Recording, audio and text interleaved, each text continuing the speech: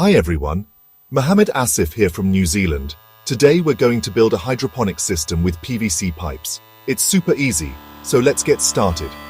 First, we need our materials. We'll use 36 feet of 4-inch wide PVC pipe. We'll have 4 vertical pipes, each 6 feet tall.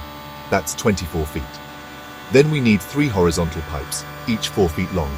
That's 12 feet. So 24 plus 12 is 36 feet of PVC pipe total. We also need 4 end caps for the tops of the vertical pipes. These stop the water from spilling. We'll use 6 T-shaped connectors to join the horizontal and vertical pipes. These are important for a good fit and water flow. Now for the other stuff, you'll need a hole saw to make holes in the vertical pipes for the plants.